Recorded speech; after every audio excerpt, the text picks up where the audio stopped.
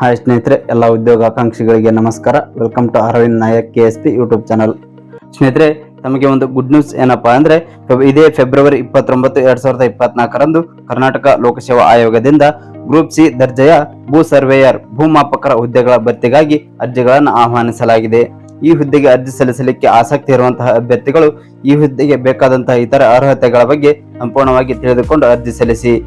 ಈ ಹುದ್ದೆಗೆ ಸಂಬಂಧಪಟ್ಟಂತೆ ಒಟ್ಟು ಎಷ್ಟು ಹುದ್ದೆಗಳಿವೆ ಹಾಗೂ ಕರ್ತವ್ಯ ಸ್ಥಳ ಎಲ್ಲಿ ಹಾಗೂ ಶೈಕ್ಷಣಿಕ ವಿದ್ಯಾರ್ಹತೆ ಏನಾಗಿರಬೇಕು, ಹಾಗೆ ಈ ಒಂದು ಹುದ್ದೆಗೆ ವೇತನ ಸ್ಯಾಲರಿ ಎಷ್ಟು ನೀಡಲಾಗುತ್ತದೆ ಹಾಗೂ ಈ ಹುದ್ದೆಗೆ ಅರ್ಜಿ ಸಲ್ಲಿಸುವ ಸಂದರ್ಭದಲ್ಲಿ ಅಪ್ಲಿಕೇಶನ್ ಫೀಸ್ ಅನ್ನ ಎಷ್ಟು ಪೇ ಮಾಡಬೇಕು ಹಾಗೂ ಅಪ್ಲಿಕೇಶನ್ ಲಿಂಕ್ ಹಾಗೂ ಇಲಾಖೆಯ ವೆಬ್ಸೈಟ್ ಲಿಂಕ್, ನೋಟಿಫಿಕೇಶನ್ ಲಿಂಕ್ ಹಾಗೂ ಇತ್ಯಾದಿ ಸಂಪೂರ್ಣ ಮಾಹಿತಿಯನ್ನ ಈ ವಿಡಿಯೋದಲ್ಲಿ ತಿಳಿಸಿಕೊಟ್ಟಿದ್ದೇನೆ.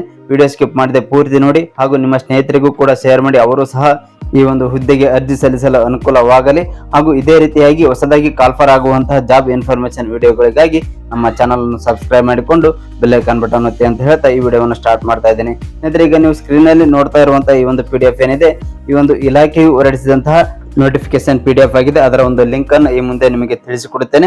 ಹಾಗೂ ಈ ಒಂದು PDF ನಲ್ಲಿ ಸಂಪೂರ್ಣ ವಿವರವಾಗಿ ನೀಡಲಾಗಿದೆ.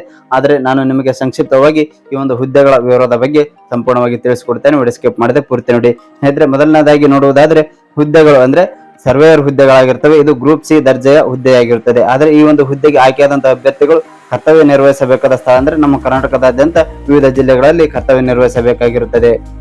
ಸ್ನೇಹಿತರೆ, ನೆಕ್ಸ್ಟ್ ಒಂದು ಇಂಪಾರ್ಟೆಂಟ್ ಮಾಹಿತಿ ನೋಡುವುದಾದ್ರೆ, ಒಟ್ಟು 364 ಹುದ್ದೆಗಳ ಭರ್ತಿಗಾಗಿ ಅರ್ಜಿಯನ್ನು ಆಹ್ವಾನಿಸಲಾಗಿದೆ. ಈ ಒಂದು 364 ಹುದ್ದೆಗಳಲ್ಲಿ ಉಳಿಕೆ ಮೂಲ ವೃಂದದ ಹುದ್ದೆಗಳು 264 ಇವೆ ಹಾಗೂ ಹೈದರಾಬಾದ್ ಕರ್ನಾಟಕ ವೃಂದದ ಹುದ್ದೆಗಳು 100 ಪೋಸ್ಟ್ಗಳು ಖಾಲಿ ಇರ್ತವೆ. ಒಟ್ಟಾರೆಯಾಗಿ 364 ಪೋಸ್ಟ್ಗಳನ್ನು ಕಾಲ್ಫರ್ ಮಾಡಲಾಗಿದೆ. ಹಾಗೆ ಸ್ನೇಹಿತರೆ, ಈ ಹುದ್ದೆಗೆ ಅರ್ಜಿ ಸಲ್ಲಿಸಲು ಶೈಕ್ಷಣಿಕ ಅರ್ಹತೆ ಎಜುಕೇಶನಲ್ ಕ್ವಾಲಿಫಿಕೇಶನ್ ಏನಾಗಿರಬೇಕು ಅಂತೇಳಿ ನೋಡುವುದಾದ್ರೆ, PUC ಸೈನ್ಸ್ ವಿಷಯದಲ್ಲಿ 60% ಅಂಕವನ್ನು ಪಡೆದು ಪಾಸ್ ಆಗಿರಬೇಕು ಹಾಗೂ ಸಿವಿಲ್ ಇಂಜಿನಿಯರಿಂಗ್ ಡಿಪ್ಲೊಮಾದಲ್ಲಿ ಪಾಸ್ ಆಗಿರಬೇಕು ಅಥವಾ BE ಸಿವಿಲ್ ಮತ್ತು BTech ಸಿವಿಲ್ ನಲ್ಲಿ ಪಾಸ್ ಆದಂತಹ ಅಭ್ಯರ್ಥಿಗಳು ಅರ್ಜಿ ಸಲ್ಲಿಸಬಹುದು. ಹಾಗೆ ಕರ್ನಾಟಕ ಸರ್ಕಾರದ ಉದ್ಯೋಗ ಹಾಗೂ ತರಬೇತಿ ಇಲಾಖೆ ನಡೆಸುವಂತಹ ITI ಇನ್ ಸರ್ವೆ ಟ್ರೇಡ್ ನಲ್ಲಿ ಉತ್ತೀರ್ಣರಾದಂತಹ ಅಭ್ಯರ್ಥಿಗಳು ಸಹ ಈ ಒಂದು ಹುದ್ದೆಗೆ ಅರ್ಜಿ ಸಲ್ಲಿಸಬಹುದಾಗಿದೆ ಅಂತೇಳಿ ಇಲಾಖೆ ಹೊರಡಿಸಿದಂತಹ ನೋಟಿಫಿಕೇಶನ್ ನಲ್ಲಿ ಸಂಪೂರ್ಣವಾಗಿ ತಿಳಿಸಲಾಗಿದೆ. ಈ ಎಲ್ಲಾ ವಿದ್ಯಾರ್ಹತೆಯನ್ನು ಹೊಂದಿರುವಂತಹ ಅಭ್ಯರ್ಥಿಗಳು ಈ ಹುದ್ದೆಗೆ ಅರ್ಜಿ ಸಲ್ಲಿಸಬಹುದು. ನೆಕ್ಸ್ಟ್ ಸ್ನೇಹಿತರೆ, ಈ ಹುದ್ದೆಗೆ ಆಯ್ಕೆಯಾದಂತಹ ಅಭ್ಯರ್ಥಿಗಳಿಗೆ ಮಾಸಿಕ ವೇತನ ಎಷ್ಟು ನೀಡಲಾಗುತ್ತದೆ ಅಂತೇಳಿ ನೋಡುವುದಾದ್ರೆ, 23,500 ರೂಪಾಯಿಯಿಂದ 47,600 ರೂಪಾಯಿವರೆಗಿನ ಮಾಸಿಕ ವೇತನವನ್ನು ನೀಡಲಾಗುತ್ತದೆ. ಈ ಒಂದು ವೇತನಕ್ಕೆ ಸರ್ಕಾರದಿಂದ ಸಿಗುವಂತಹ ಇತರ ಭತ್ಯೆ ಹಾಗೂ ಸೌಲಭ್ಯಗಳನ್ನು ಸಹ ನೀಡಲಾಗುತ್ತದೆ. ನೆಕ್ಸ್ಟ್ ಸ್ನೇಹಿತರೆ, ವಯೋಮಿತಿ. ಈ ಹುದ್ದೆಗೆ ಅರ್ಜಿ ಸಲ್ಲಿಸಲು ಏಜ್ ಎಷ್ಟಾಗಿರಬೇಕು ಅಂತೇಳಿ ನೋಡುವುದಾದ್ರೆ, ಕನಿಷ್ಠ 18 ವರ್ಷ ಪೂರೈಸಿರಬೇಕು ಹಾಗೂ ಗರಿಷ್ಠ ವಯೋಮಿತಿಯನ್ನು ನೋಡುವುದಾದ್ರೆ, ಸಾಮಾನ್ಯ ಅಭ್ಯರ್ಥಿಗಳಿಗೆ ಗರಿಷ್ಠ 35 ವರ್ಷ ಮೀರಿರಬಾರದು. ಹಾಗೆ ಪ್ರವರ್ಗ 2A, 2B, 3A, 3B ಅಭ್ಯರ್ಥಿಗಳಿಗೆ ಗರಿಷ್ಠ 38 ವರ್ಷ ಮೀರಿರಬಾರದು.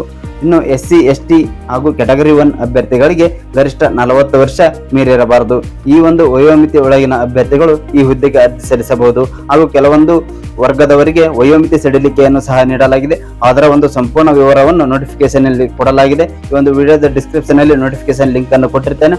ವಯೋಮಿತಿ ಸಡಿಲಿಕೆಗೆ ಸಂಬಂಧಪಟ್ಟಂತೆ ಸಂಪೂರ್ಣವಾಗಿ ಓದಿಕೊಂಡು ನಂತರ ಅರ್ಜಿ ಸಲ್ಲಿಸಿ. ಹಾಗೆ ಈ ಹುದ್ದೆಯ ಆಯ್ಕೆ ವಿಧಾನ ಯಾವ ರೀತಿ ನಡೆಯುತ್ತೆ ಅಂತೇಳಿ ನೋಡುವುದಾದ್ರೆ, ಸ್ಪರ್ಧಾತ್ಮಕ ಪರೀಕ್ಷೆಯನ್ನು ನಡೆಸುವ ಮೂಲಕ ಈ ಹುದ್ದೆಗೆ ಅಭ್ಯರ್ಥಿಗಳನ್ನು ಆಯ್ಕೆ ಮಾಡಿಕೊಳ್ಳಲಾಗುತ್ತದೆ. ಈ ಒಂದು ಸ್ಪರ್ಧಾತ್ಮಕ ಪರೀಕ್ಷೆಯಲ್ಲಿ 2 ಪತ್ರಿಕೆಗಳಿರ್ತವೆ. ಪೇಪರ್ 1 ಸಾಮಾನ್ಯ ವಿಷಯಕ್ಕೆ ಸಂಬಂಧಪಟ್ಟಂತಹ ಪತ್ರಿಕೆಯಾಗಿರುತ್ತದೆ. ಹಾಗೆ ಪೇಪರ್ 2 ನಿರ್ದಿಷ್ಟ ವಿಷಯಕ್ಕೆ ಸಂಬಂಧಪಟ್ಟಂತಹ ಪತ್ರಿಕೆಯಾಗಿರುತ್ತದೆ. ಒಟ್ಟು ಇವೆರಡು ಪತ್ರಿಕೆಗಳಿಗೂ ಸಹ ಪ್ರತಿಯೊಂದು ಪ್ರಶ್ನೆ ಪತ್ರಿಕೆಗೂ 200 ಅಂಕಗಳಿರ್ತವೆ. 2 ಪತ್ರಿಕೆಗಳು ಸೇರಿ ಒಟ್ಟಾಗಿ 400 ಅಂಕಗಳಿಗೆ ಈ ಒಂದು ಸ್ಪರ್ಧಾತ್ಮಕ ಪರೀಕ್ಷೆ ಇರುತ್ತದೆ. ಪ್ರತಿಯೊಂದು ಪ್ರಶ್ನೆ ಪತ್ರಿಕೆಗೂ ಸಹ ಪರೀಕ್ಷೆಯ ಅವಧಿ 2 ಗಂಟೆಗಳು, 120 ನಿಮಿಷಗಳು. ಪೇಪರ್ 1ಗೂ ಕೂಡ 2 ಗಂಟೆಗಳು, ಪೇಪರ್ 2ಗೂ ಸಹ 2 ಗಂಟೆಗಳ ಪರೀಕ್ಷೆಯ ಅವಧಿಯಾಗಿರುತ್ತದೆ. ಹಾಗೆ ಈ ಒಂದು ಸ್ಪರ್ಧಾತ್ಮಕ ಪರೀಕ್ಷೆಯ ಪಠ್ಯಕ್ರಮ ಸಿಲೆಬಸ್ಗೆ ಸಂಬಂಧಪಟ್ಟಂತಹ ವಿಡಿಯೋವನ್ನ ನೆಕ್ಸ್ಟ್ ವಿಡಿಯೋದಲ್ಲಿ ಅಪ್ಲೋಡ್ ಮಾಡುತ್ತೇನೆ. ಅದರ ಒಂದು ನೋಟಿಫಿಕೇಶನ್ ತಮಗೆ ತಲುಪಬೇಕಾದರೆ ನಮ್ಮ ಚಾನಲ್ ಸಬ್ಸ್ಕ್ರೈಬ್ ಮಾಡಿಕೊಂಡು ಬೆಲ್ ಐಕಾನ್ ಬಟನ್ ಒತ್ತಿ. ಸ್ನೇಹಿತರೆ, ಈ ಹುದ್ದೆಗೆ ಅರ್ಜಿ ಸಲ್ಲಿಸಲು ಆಸಕ್ತಿ ಇರುವಂತಹ ಅಭ್ಯರ್ಥಿಗಳು ಅರ್ಜಿ ಸಲ್ಲಿಸುವಂತಹ ಸಂದರ್ಭದಲ್ಲಿ ಅಪ್ಲಿಕೇಶನ್ ಫೀಸ್ ಅನ್ನು ಪೇ ಮಾಡಬೇಕಾಗಿರುತ್ತದೆ. ಈ ಒಂದು ಅಪ್ಲಿಕೇಶನ್ ಫೀಸ್ ಎಷ್ಟಿದೆ ಅಂತ ಹೇಳಿ ನೋಡುವುದಾದ್ರೆ, ಸಾಮಾನ್ಯ ಅಭ್ಯರ್ಥಿಗಳಿಗೆ 600 ರೂಪಾಯಿವರೆಗಿನ ಅಪ್ಲಿಕೇಶನ್ ಫೀಸ್ ಇದೆ. ಹಾಗೆ ಪ್ರವರ್ಗ 2A, 2B ಹಾಗೂ 3A, 3B ಅಭ್ಯರ್ಥಿಗಳಿಗೆ 300 ರೂಪಾಯಿವರೆಗಿನ ಅಪ್ಲಿಕೇಶನ್ ಫೀಸ್ ಇದೆ. ಇನ್ನು ಮಾಜಿ ಸೈನಿಕ ಅಭ್ಯರ್ಥಿಗಳಿಗೆ 50 ರೂಪಾಯಿಯ ಅಪ್ಲಿಕೇಶನ್ ಫೀಸ್ ಇದೆ. ಹಾಗೂ SC, ST ಹಾಗೂ ಪ್ರವರ್ಗ 1 ಮತ್ತು ಅಂಗವಿಕಲ ಅಭ್ಯರ್ಥಿಗಳಿಗೆ ಯಾವುದೇ ರೀತಿಯಾದಂತಹ ಅರ್ಜಿ ಶುಲ್ಕ ಇರುವುದಿಲ್ಲ. ಅರ್ಜಿ ಶುಲ್ಕದಲ್ಲಿ ಇವರಿಗೆ ವಿನಾಯಿತಿ ನೀಡಲಾಗಿದೆ. ಅರ್ಜಿ ಸಲ್ಲಿಸುವಂತಹ ಪ್ರತಿಯೊಬ್ಬ ಅಭ್ಯರ್ಥಿಗಳು ಸಹ ಅಪ್ಲಿಕೇಶನ್ ಫೀಸನ್ನು ಪೇ ಮಾಡಲೇಬೇಕಾಗಿರುತ್ತದೆ. ಒಂದು ವೇಳೆ ತಾವು ಅಪ್ಲಿಕೇಶನ್ ಫೀಸ್ ಪೇ ಮಾಡದೇ ಇದ್ದರೆ ತಮ್ಮ ಅರ್ಜಿಯನ್ನು ತಿರಸ್ಕರಿಸಲಾಗುತ್ತದೆ. ಈ ಒಂದು ನೇಮಕಾತಿ ಪ್ರಕ್ರಿಯೆಯಿಂದ ಕೈ ಬಿಡಲಾಗುತ್ತದೆ. ಹಾಗೆ ಈ ಒಂದು ಅಪ್ಲಿಕೇಶನ್ ಫೀಸನ್ನು ಯಾವ ರೀತಿ ಪೇ ಮಾಡಬೇಕಂದ್ರೆ ಆನ್ಲೈನ್ ಮುಖಾಂತರ ತಮ್ಮ ಡೆಬಿಟ್ ಕಾರ್ಡ್, ಕ್ರೆಡಿಟ್ ಕಾರ್ಡ್ ಹಾಗೂ ನೆಟ್ ಬ್ಯಾಂಕಿಂಗ್ UPI ಮೂಲಕ ಈ ಒಂದು ಅರ್ಜಿ ಶುಲ್ಕವನ್ನು ಪಾವತಿಸಬೇಕಾಗಿರುತ್ತದೆ. ದಯವಿಟ್ಟು ತಪ್ಪದೆ ಅರ್ಜಿ ಶುಲ್ಕವನ್ನು ಪಾವತಿಸಿ. ಓಕೆ ಸ್ನೇಹಿತರೆ, ನೆಕ್ಸ್ಟ್ ಇಂಪಾರ್ಟೆಂಟ್ ಡೇಟ್ಗಳನ್ನು ನೋಡುವುದಾದರೆ ಈ ಒಂದು ಹುದ್ದೆಗೆ ಅರ್ಜಿ ಸಲ್ಲಿಸಲು ಪ್ರಾರಂಭ ದಿನಾಂಕ ಯಾವಾಗ ಅಂದ್ರೆ ಮಾರ್ಚ್ 11, 2024ರಂದು ಅರ್ಜಿ ಸಲ್ಲಿಸಲು ಪ್ರಾರಂಭವಾಗಿರುತ್ತದೆ. ಹಾಗೆ ಅರ್ಜಿ ಸಲ್ಲಿಸಲು ಕೊನೆಯ ದಿನಾಂಕ ಏಪ್ರಿಲ್ 10, 2024ರಂದು ಕೊನೆಯ ದಿನಾಂಕವಾಗಿರುತ್ತದೆ. ಇನ್ನು ತಾತ್ಪೂರ್ವಿಕ ಕನ್ನಡ ಭಾಷಾ ಪರೀಕ್ಷೆಯ ದಿನಾಂಕ ಜುಲೈ 20, 2024ರಂದು. ಅಂದ್ರೆ ಸ್ನೇಹಿತರೆ, SSLCಯಲ್ಲಿ ಕನ್ನಡವನ್ನು ಪ್ರಥಮ ಹಾಗೂ ದ್ವಿತೀಯ ಭಾಷೆಯನ್ನಾಗಿ ಅಭ್ಯಸಿಸದೇ ಇರುವಂತಹ ಅಭ್ಯರ್ಥಿಗಳು ಈ ಒಂದು ಕಡ್ಡಾಯ ಕನ್ನಡ ಭಾಷಾ ಪರೀಕ್ಷೆಯನ್ನು ಪಾಸ್ ಆಗಲೇಬೇಕಾಗಿರುತ್ತದೆ. ಅದರ ಒಂದು ದಿನಾಂಕ ಜುಲೈ 20, 2024ರಂದು ನಡೆಸಲಾಗುತ್ತದೆ ಅಂತೇಳಿ ಅಧಿಸೂಚನೆಯಲ್ಲಿ ತಿಳಿಸಿರುತ್ತಾರೆ. ತಮಗೆ ಈ ಒಂದು ಕಡ್ಡಾಯ ಕನ್ನಡ ಭಾಷಾ ಪರೀಕ್ಷೆಯ ಬಗ್ಗೆ ಏನಾದರೂ ಡೌಟ್ಗಳಿದ್ದರೆ ನೋಟಿಫಿಕೇಶನ್ ಅಲ್ಲಿ ಸಂಪೂರ್ಣ ಮಾಹಿತಿಯನ್ನು ನೀಡಿದ್ದಾರೆ. ಅದನ್ನು ಸಂಪೂರ್ಣವಾಗಿ ಓದಿಕೊಳ್ಳಿ. ಆ ನೋಟಿಫಿಕೇಶನ್ ಲಿಂಕ್ ಅನ್ನು ಡಿಸ್ಕ್ರಿಪ್ಷನ್ ಅಲ್ಲಿ ಸಿಗಲಿದೆ. ಹಾಗೆ ಸ್ನೇಹಿತರೆ, ತಮಗೆ ಇನ್ನೊಂದು ಇಂಪಾರ್ಟೆಂಟ್ ಮಾಹಿತಿ ಏನಪ್ಪಾ ಅಂದ್ರೆ CET ಈ ಒಂದು ಸ್ಪರ್ಧಾತ್ಮಕ ಪರೀಕ್ಷೆಯನ್ನು ಯಾವಾಗ ನಡೆಸಲಾಗುತ್ತದೆ ಅಂತೇಳಿ ಇವಾಗಲೇ ಅಡ್ವಾನ್ಸ್ ಆಗಿ ತಮಗೆ ದಿನಾಂಕವನ್ನು ನೀಡಿದ್ದಾರೆ. ಜುಲೈ 21, 2024ರಂದು ಈ ಒಂದು CET ಸ್ಪರ್ಧಾತ್ಮಕ ಪರೀಕ್ಷೆಯನ್ನು ನಡೆಸಲಾಗುತ್ತದೆ. ಸ್ನೇಹಿತರೆ, ಈ ಒಂದು ದಿನಾಂಕವನ್ನು ಅಡ್ವಾನ್ಸ್ ಆಗಿ ತಮಗೆ ತಿಳಿಸಿರುವುದರಿಂದ ತಾವುಗಳು ಈ ಒಂದು CET ಎಕ್ಸಾಮ್ಗೆ ಇವಾಗಿಲಿಂದನೇ ತಯಾರಿಯನ್ನು ನಡೆಸಬಹುದು. ಇನ್ನು ಹೆಚ್ಚಿನದಾಗಿ ಬಹುಮುಖ್ಯವಾಗಿ ತಮಗೆ ಇಂಪಾರ್ಟೆಂಟ್ ಆಗಿರುವ ಮಾಹಿತಿ ಅಂದ್ರೆ ಈ ಒಂದು ಹುದ್ದೆಯ ನೋಟಿಫಿಕೇಶನ್ ಲಿಂಕ್ ಹಾಗೂ ಅರ್ಜಿ ಸಲ್ಲಿಸುವಂತಹ ಅಪ್ಲಿಕೇಶನ್ ಲಿಂಕ್ ಅನ್ನು ಸಹ ಈ ವಿಡಿಯೋದ ಡಿಸ್ಕ್ರಿಪ್ಷನ್ ಅಲ್ಲಿ ಕೊಟ್ಟಿರ್ತೇನೆ. ಅದರ ಜೊತೆಗೆ ನಮ್ಮ ಟೆಲಿಗ್ರಾಮ್ ಗ್ರೂಪ್ ಲಿಂಕ್ ಹಾಗೂ ವಾಟ್ಸ್ಆಪ್ ಸ್ಟಡಿ ಗ್ರೂಪ್ ಲಿಂಕ್ ಅನ್ನ ವಿಡಿಯೋದ ಡಿಸ್ಕ್ರಿಪ್ಷನ್ ಅಲ್ಲಿ ಕೊಟ್ಟಿರ್ತೇನೆ. ಆ ಒಂದು ಗ್ರೂಪ್ ಗಳನ್ನ ತಾವು ಜಾಯ್ನ್ ಆದ್ರೆ ಈ ಒಂದು ಸ್ಪರ್ಧಾತ್ಮಕ ಪರೀಕ್ಷೆಗೆ ಸಂಬಂಧಪಟ್ಟಂತಹ ಸಂಪೂರ್ಣ ಮಾಹಿತಿಯು ಸಹ ಸಿಗಲಿದೆ.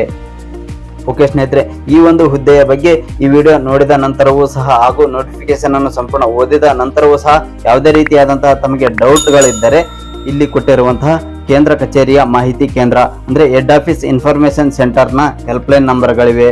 ಹಾಗೂ ಮೈಸೂರು, ಬೆಳಗಾವಿ, ಕಲಬುರಗಿ, ಶಿವಮೊಗ್ಗ ಪ್ರಾಂತೀಯ ಕಚೇರಿಗಳ ಹೆಲ್ಪ್ಲೈನ್ ನಂಬರ್ಗಳು ಸಹ ಇಲ್ಲಿ ಕೊಟ್ಟಿದ್ದಾರೆ. ಈ ಹೆಲ್ಪ್ಲೈನ್ ನಂಬರ್ಗಳಿಗೆ ಕರೆ ಮಾಡುವ ಮೂಲಕ ತಮ್ಮ ಡೌಟ್ಗಳನ್ನು ಕ್ಲಿಯರ್ ಮಾಡಿಕೊಂಡು ನಂತರ ಈ ಹುದ್ದೆಗಳಿಗೆ ಅರ್ಜಿ ಸಲ್ಲಿಸಬಹುದಾಗಿದೆ. ಓಕೆ ಸ್ನೇಹಿತರೆ, ಈ ಹುದ್ದೆಗೆ ಸಂಬಂಧಪಟ್ಟಂತೆ ಇಷ್ಟೊತ್ತು ನಾನು ನೀಡಿದ ಮಾಹಿತಿ ತಮಗೆ ಇಷ್ಟವಾಗಿದೆ ಅಂತೇಳಿ ಭಾವಿಸುತ್ತೇನೆ. ಮಾಹಿತಿ ಇಷ್ಟವಾದರೆ ತಪ್ಪದೆ ಈ ವಿಡಿಯೋಗೆ ಒಂದು ಲೈಕ್ ಕೊಡಿ ಹಾಗೂ ತಮ್ಮ ಅನಿಸಿಕೆಯನ್ನು ಕಮೆಂಟ್ ಮಾಡಿ ಮತ್ತು ನಿಮ್ಮ ಸ್ನೇಹಿತರಿಗೂ ಕೂಡ ಶೇರ್ ಮಾಡಿ.